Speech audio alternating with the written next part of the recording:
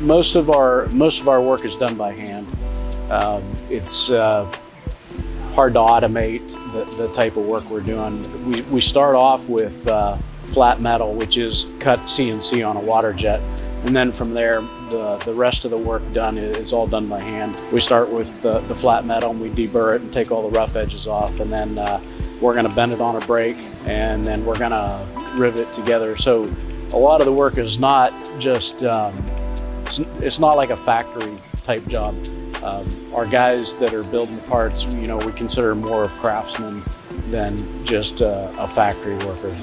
It makes a better end product because the guys actually care about what they're building, and they see the end result, and they know that these are going into aircraft, and most aircraft owners are very proud of their aircraft, so we have to be proud of the work that we do as well.